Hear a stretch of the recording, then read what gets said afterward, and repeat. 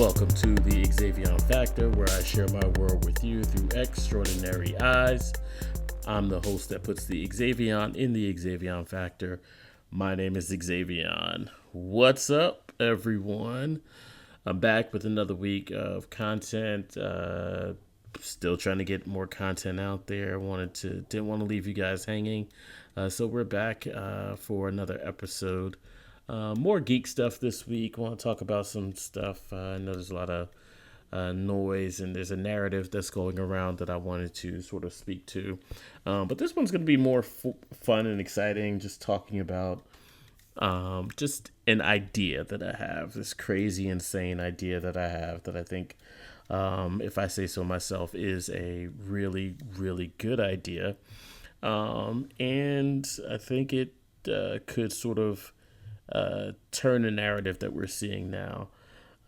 So let me just go ahead and just get right into it. Before I do that, I just want to say I appreciate you all that are listening with me every week. I appreciate just being able to speak to you guys and have you guys hear my thoughts. If you want to reach out to me, let me know. Give me a shout out that you're listening. What really helps me in the show is if you really, no matter how you're listening or where you're listening to this podcast, if you will, subscribe to be able to hear all the latest and greatest as I put the podcasts out, as well as giving me a rating and a review on whatever podcast platform you're listening on. So if it's Apple, Spotify, Stitcher, what's the other, Bean, or Overcast, whatever you're using, Google Play, I think it's Google Play, Android store, I'm not sure, but however you're listening, I appreciate that you are listening. So let's go ahead and get into the content. So you have to excuse my dog in the background. All right, so talking this week, what I want to talk about is this, again, crazy, insane idea. So let me talk about, I mentioned about the narrative that's going around right now. So everybody knows that I'm big into geek culture, love superheroes, comics, sci-fi, things of that nature. Very much grew up with it. And so this story is going to take us back a little bit, talking about the 90s and where we were. One of the biggest things that I love about today is just how exciting and popular it is to be a geek this year, in this day and age. When I grew up, you had to fight for comic book movies. You really didn't see many of them, or if they were very bad movies, adaptations. There were some good ones, some classics ones in there, but really didn't start to take off until the mid 2000s. Had some early success with the Batman movies, then those waned a bit, and then picked back up in the early 2000s with Spider-Man, the series, the Sam Raimi trilogy, which was a really fantastic trilogy. And then I picked up some more. You get the new iteration of Batman and Batman Begins, and then 2008 you get Iron Man and The Dark Knight, which sort of where everything really just took off for superhero movies. So there you have the birth of the MCU, and probably one of the greatest comic book movies ever, if not the greatest, in The Dark Knight. And so you have these movies that sort of birthed this sort of phenomenon that has taken over for the last 15 years of building this superhero hype. I forgot to throw in the X-Men in there in the late 90s, early 2000s. But yeah, so we're at a point in this world where superhero movies, the biggest movies in the world, are superhero movies. At least that was the point up until maybe the 2020 and the pandemic. It's still today. I mean, since the pandemic, a few movies, comic book movies, have made some really big money. I'm looking at the Spider-Man No Way Home, as well as the recent Black Panther sequel and Thor: Love and Thunder. Somehow, some way, had just made a bunch of money. But really, there's this sort of idea that ever since the Infinity Saga within the MCU sort of culminated in Endgame, and there was a sort of a restart in the Phase 4 of the Marvel Cinematic Universe. There's really been this term that's being thrown around, superhero fatigue, and I mean, Endgame was one of the biggest movies of ever. It had the top spot for a little bit, and then James Gunn and team decided, not James Gunn, sorry, James Cameron and team decided to re-release Avatar to sort of collect and close the gap and take back the lead, which is I have other thoughts on James Cameron and his obsession with box office numbers, and I don't know what it is that gets people doing that. But we'll save that discussion for another time. Really want to focus on my love, my passion, which is the superhero genre and the movies and whatnot.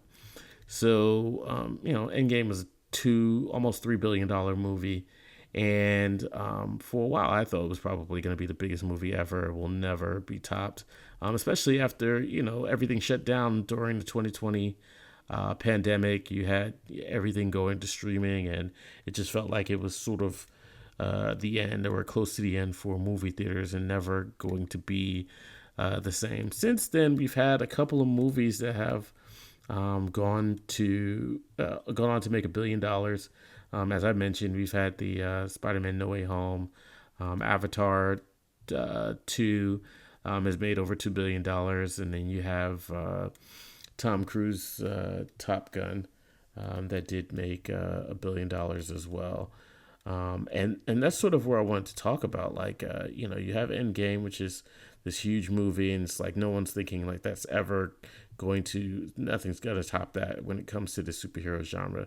Like, it was a culmination of what was it, about like 11, 12 years of storytelling when that came out. When that movie came out, and it was a culmination of this long form sort of storytelling through cinema, which had not been seen before, and definitely not at least to that level through was it at the time like 23 to 25 movies.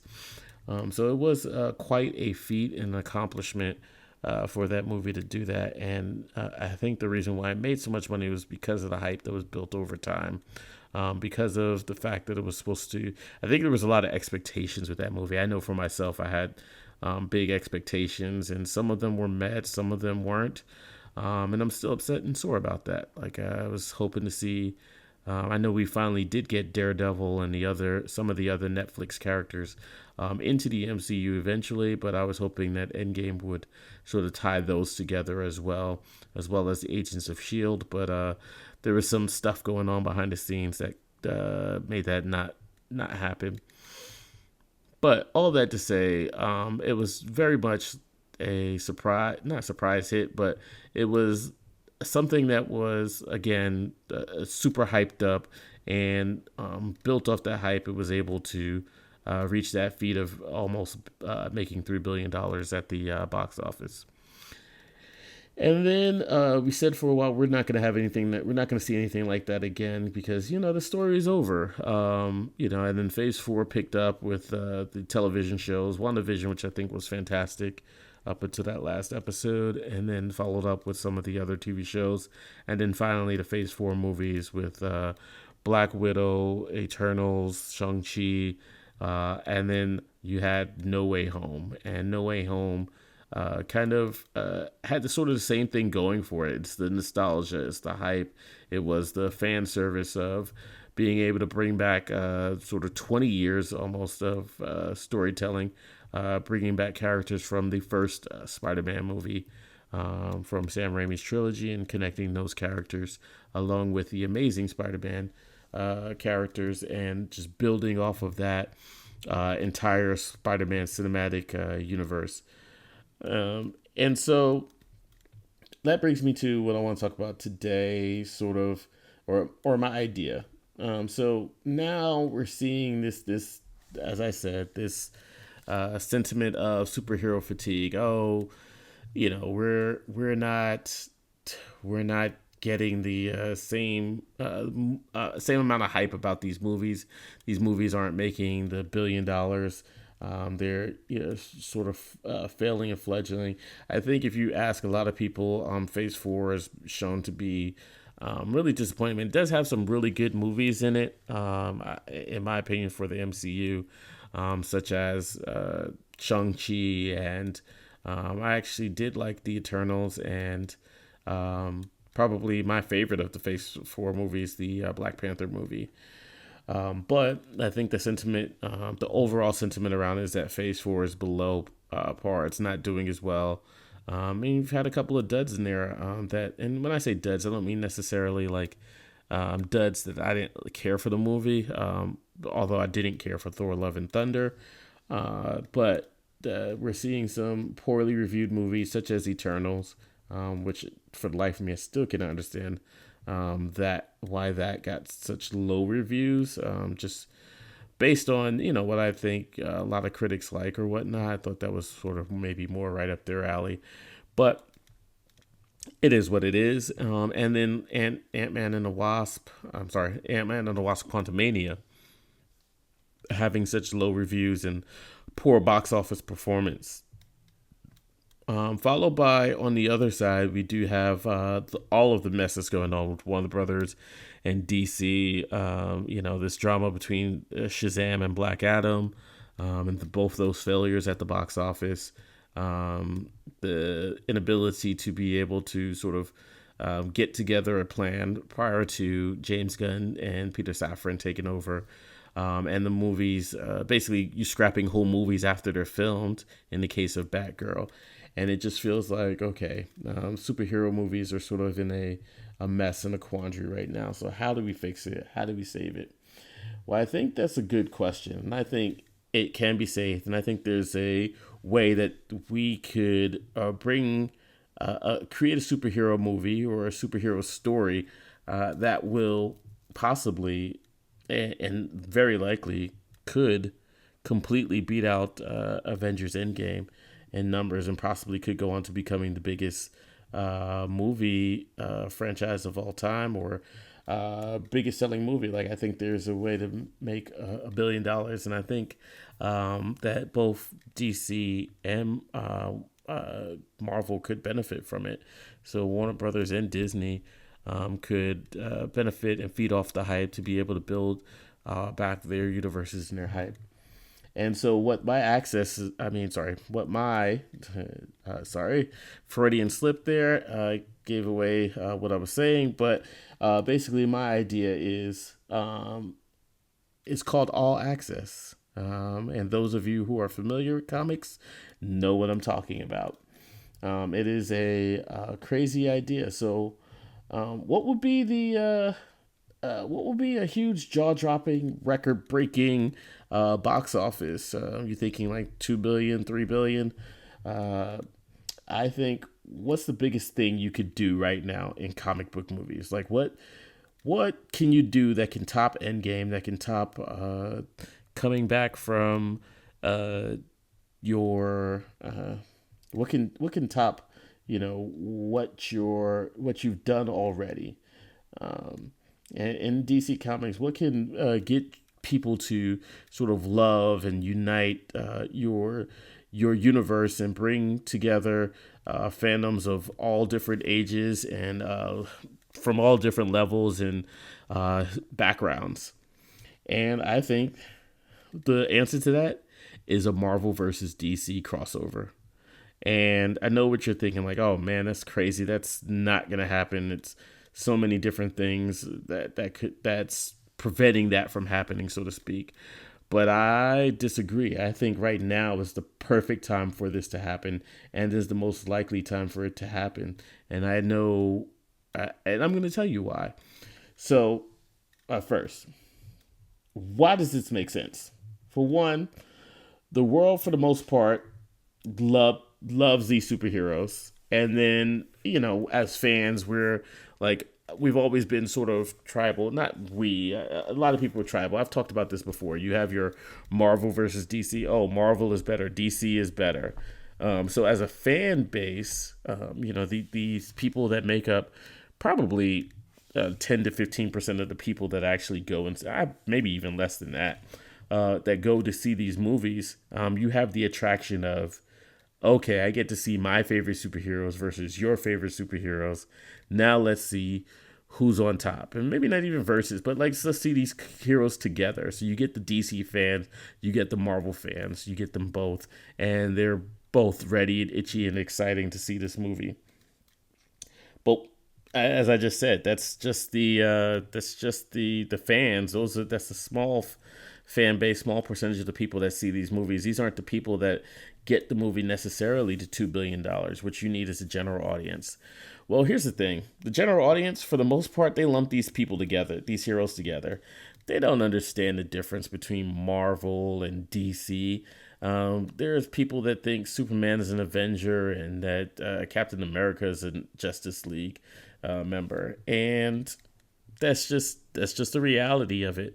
But what they do know is that these are superheroes that they've seen before, that they've always seen the merchandising. They've seen Superman, they've seen Spider-Man, they've seen Batman. The two biggest top selling heroes in the world are Batman and Spider-Man, and you're going to put them both in a movie together? That would be insane and would bring everybody together. And then you could hype it up with the fact of never before together seen on the big screen, Spider-Man and Batman together. And the people, general audience, wouldn't know how crazy this is. They would just know, like, hey, this has never been done before.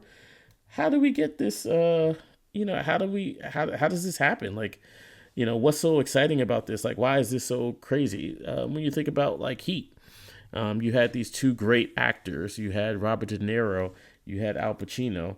And even though they had been in a movie before, they had never shared the scene together before the movie Heat. And it was such a big deal that, okay, we're going to get to see these two actors, these two legends interact with each other.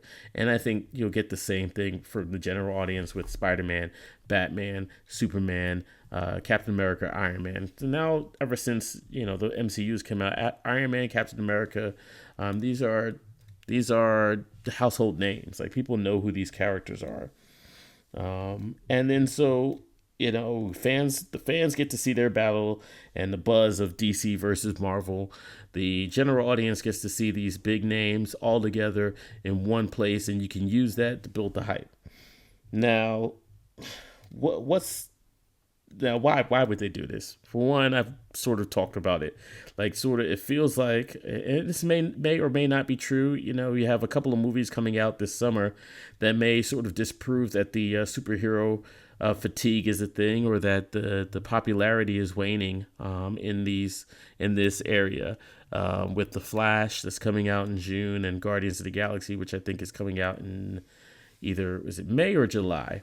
But you have these two movies that are coming out that are likely to be sort of big sellers, especially The Flash feeding on what sort of built the hype for Spider-Man No Way Home, which was the nostalgia.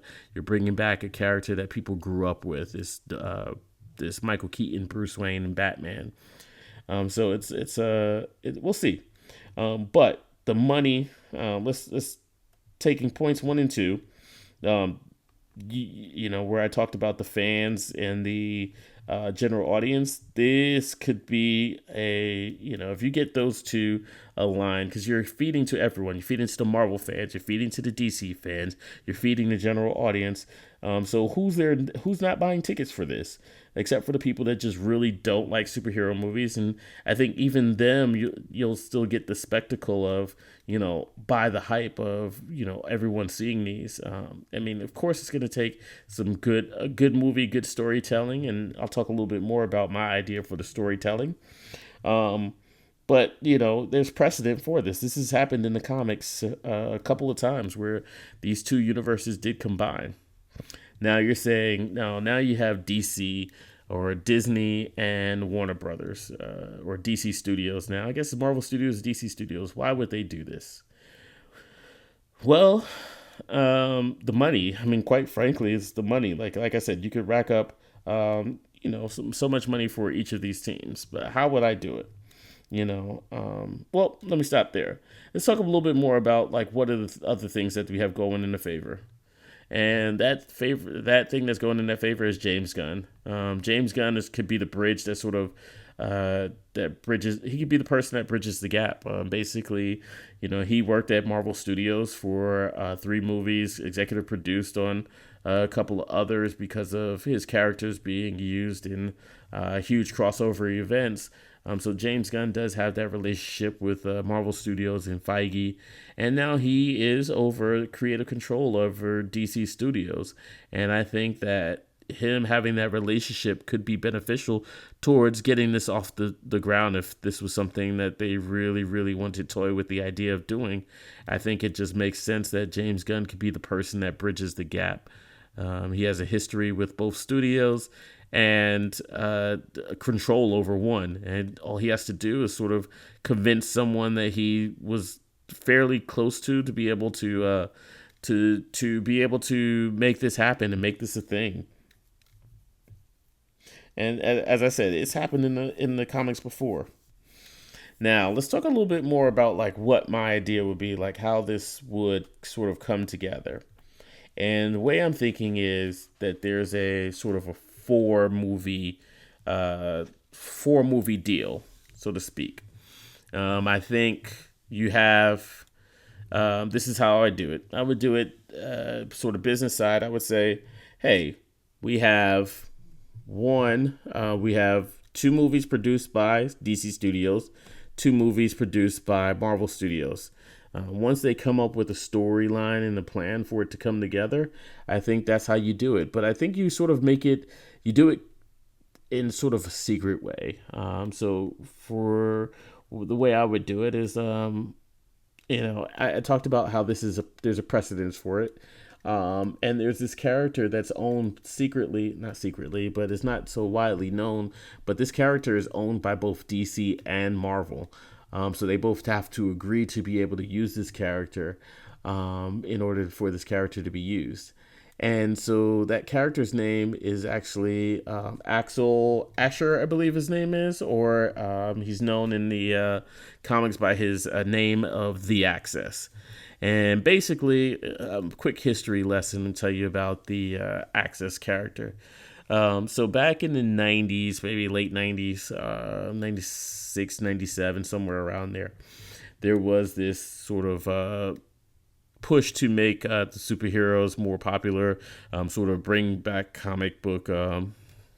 raise comic book popularity. There was a lot of going on of beefing between DC and Marvel fans. And so the 2 publications, the 2 companies decided that they were going to do a crossover event and create what's called a sort of amalgamation of characters. And so this was done through a story using this character called Access. And this character was basically a bridge between the 2 universes. And if I can remember the story properly, it was about 2 sort of beings or entities that were brothers, and the entities were representing Marvel and DC, and they decided that they would battle each other by pitting characters from one universe against the other, and that this character Access was sort of the bridge between the 2 worlds. He would be able to sort of travel between the 2 universes and speak to and help the heroes to be able to sort of resolve this conflict.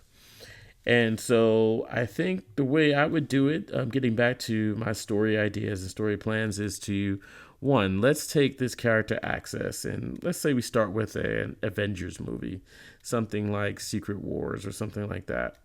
You just introduce this character in that movie, and this character is sort of like in the background. You don't know who he is. He's a friend of Captain America or somebody, or maybe not Captain America, but Spider-Man meets him. I think that's a good one. Spider-Man meets him out in the street. He's like a homeless kid, a teenager. And Spider-Man sort of, befriends him and talks with him. And then you start to see, you hint at, Access's ability. Access doesn't know about his ability, but then you could do sort of a follow up. So then, the next year you have a Justice League movie, and strangely enough, you have the same actor showing up in that movie. It doesn't necessarily have to be a Justice League movie, but a DC movie. And you have this character showing up in this movie, and both movies sort of lead to like there's some larger entities or larger beings at play here. There's some sort of mystery going on in the background that's somehow creating a disaster, and do a sort of a post-credit scene that sort of leads into the next movie, but also leads into the other universe by just showing the character appearing, let's say Access, somehow like at the end of post-credit scenes of the Marvel movie, the character Access starts falling, and then all of a sudden he wakes up, and then he just looks around, and he's in this strange place like, where am I? Let's say he's in the middle of Gotham City, and he doesn't see anything. He just doesn't recognize where he is. It's like, this isn't New York. How did I get here? And then let's say you pan, maybe surprised, maybe not surprised, but let's say you pan over and see a sign that says Gotham City Police. What? Or maybe it's just some other small town. But Gotham City might be too big. Let's say he ends up in Bloodhaven. Because you say Gotham City, most of the general audience is going to know who Gotham City is. Maybe that's good. Maybe that's bad. I don't know. Maybe you want to tease it a little bit more. And then you do a next movie where it's Batman, and you see this character interacting with Batman, and he's trying to talk about, he's getting kidnapped by Two-Face or something. And then you have Batman save him and rescue him. He's telling, like, saying, like, hey, who are you? I've never seen you before. He's like, are you with the Avengers? And he goes, the Avengers or something like that. And that's sort of like a post-credit scenes for that movie. And then the next movie, that's when the stuff happens. That's when you have this crossover. That's when you see this big mystery, sort of like the pieces are in the first movie and the second movie that come together. But towards the, let's say the post-credit scenes for the second movie is you see the outside of these characters. And I don't know, maybe you don't necessarily have to go the two brothers route. I think the two brothers thing was kind of cheesy. But maybe it's like sort of like similar to how Doctor Strange was. Ooh, I think that's actually a great idea. Because one of the other characters that sort of was a big, huge player within this amalgamation universe, and the universes colliding, was Doctor Strange and Doctor Fate. They're similar characters in DC and Marvel. And maybe that these two characters get a sight of each other, and they're sort of joining forces because they see some greater entity that's coming. Maybe we create a brand new foe for both these villains, for both of these universes to fight against, the DC universe and the Marvel Cinematic Universe, that is too big for one of them, and that Doctor Strange and Doctor Fate both see this coming from each of their respective sides, and sort of bring these characters together and sort of find Access. And then the next movie is when you see this large looming threat attack, and this attack happens, and it brings the worlds together, and you have Access sort of shuffling heroes back and forth between the universes as this threat attacks. And then finally, towards this end of the second movie, now you have the universes colliding and get molded and mashed into one universe, and you have these heroes that come face to face with each other that don't know what's going on, and sort of you have this battle towards the end where the heroes are fighting each other, and then they realize that there is a bigger threat, and then you save that for the final movie. So it's like sort of a part one and part two to it. And so you have part two where you have these characters that are just fighting together to face this ultimate threat, who's sort of putting together their own villains against them, and then this big threat has to take on something similar to like what Thanos or Darkseid is basically where you have to take all these heroes to sort of defeat this person and their army. And let's say this person raises his own sort of army of the villains of these universes together. So you have these villains that are joining their side, joining this person's side, and fighting. And I think that would lead to, just in those four movies, a huge box office returns. People want to see, like, okay, how does this story end? What's the collapse of this? And the way you break this down is, like I said, you have Marvel producing on one side two movies, and DC producing on the other side two movies. And then you can do sort of like the Spider-Man or the Disney or Marvel Studios and Sony deal, and sort of combine the box office or split the box office proceedings. And I think in this way, it works 50-50 for each movie. So you say, like, hey, we'll cover the production costs on this one, and we'll split the profits 50-50. And then, you cover the next one and split the profits 50-50. And I think that is, but each universe gets their own merchandising. So any DC merchandise that sells from these movies goes to DC's pocket, and any Marvel merchandise that sells goes to Marvel's pocket. And then they get 50 cents on the dollar for every joint stuff. So if you have joint merchandise that covers both universes, you split that. I think that's something that works. I mean, I don't know the full financials of these things. I think that's a little bit above my pay grade, but I think this is an idea that could definitely work.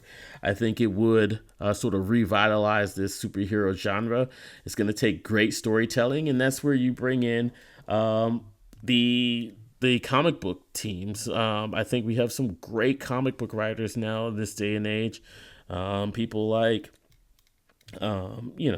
Tom King and Tom Taylor. You bring in these creatives from the comics, Jim Lee, and I'm naming a lot, Brian Michael Bendis. You bring in these people who've been writing comic books for years, that sort of know these characters, know the intricacies, have them sort of get them all into a room and sort of think about, like, what are the elements that make these characters special, and then you put them in the room with actual screenwriters, people that have written movies before, written top movies, and then you get in these directors that are big name directors, and you just give them the vision. I think this takes a lot of collaboration behind the scenes. You get all of these people into a room and talking and discussing about what makes these characters so great, what makes a great movie, and then what makes great villains. So I think, like, this would be a gigantic writer's room with all of your executives, and not say executives, get the executives out of here for a second.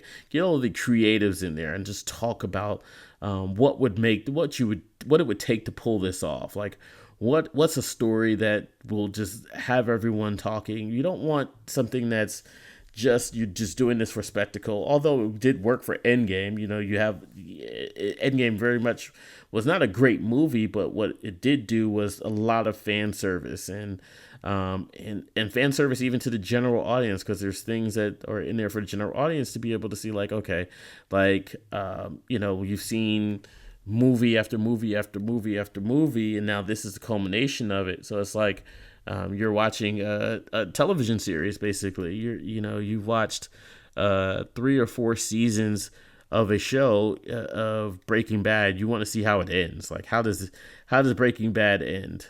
And you've had some good episodes. You had some Breaking Bad's bad example, because I think all the episodes are great. Maybe there's 1 or 2 not so good episodes in there, but all together, the storyline you're still invested in, and you want to see it.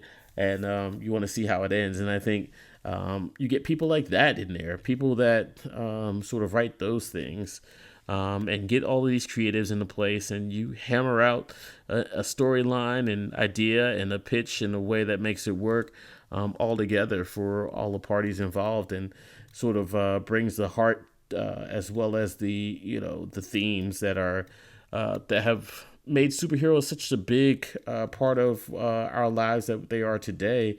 And like I said, I'm just super passionate about these characters. I'm passionate about the themes and the ideas and the movies In fact, I would love my dream is to one day write a superhero movie. I've actually started working on one idea for a Flash movie. I've actually thought about this is something I started way back, maybe 12, 13 years ago now, maybe 14 years ago. I think it was around 2009 or 2008 or 2009 when I first started thinking about this script and writing it. And I think I'm finally going to go for it this year, sort of write it out and get it fully realized, and then, just put it out there because, I think it's something that again, I said it's a passion of mine, but I think this idea would be gangbusters. I think this would really break the box office. I think this would be the ultimate in superhero movies.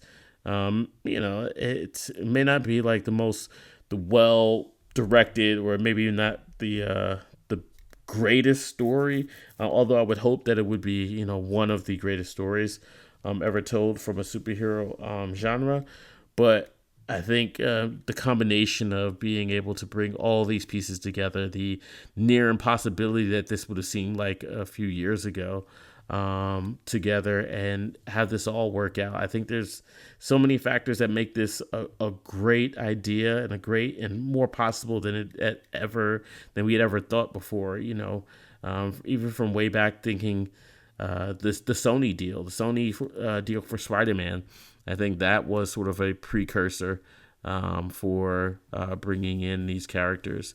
And I guess that's the piece I forgot to touch on is, Sony would get still a piece of these profits too if Spider-Man is used. I guess they would have to.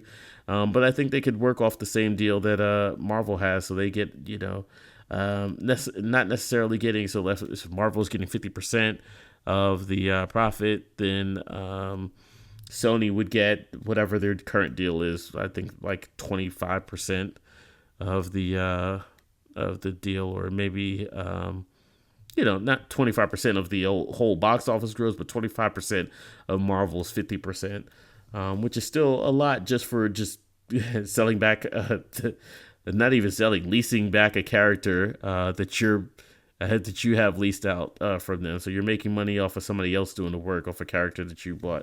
So you just lending them back their character, and they're paying you for it, basically. I think that works out for everyone. What do you think of this idea? Do you think it's possible? What do you think the thoughts are? Do you think that someone is going to take this? Would you be excited for that? Tell me who you would want to see, how you would want to see this happen. Let me know what directors you think, what writers you think. If you have a story pitch for how this could be done, let me know. You can reach me at Twitter. I'm on Twitter at PR1MEX. That's Prime X on Twitter. You can also reach me on TikTok and check out my videos there. I'm going to be doing a lot more content. I'm at the Xavion Factor on TikTok. And then I would love for anyone to email me at the Xavion. At Xavion. Email me, Xavion, at the XavionFactor.com. I would love to hear from you all. Let's share some stories. And let's talk about it. I think this would be a great thing. So I appreciate you all sticking with me and listening to my super crazy, insane idea. I got more content coming out. Don't forget to subscribe, rate, and review, and check me out. Tell your friends about it. If you have geek friends that love talking about comic book and nerd stuff. All right, I appreciate everyone listening. Have a great one.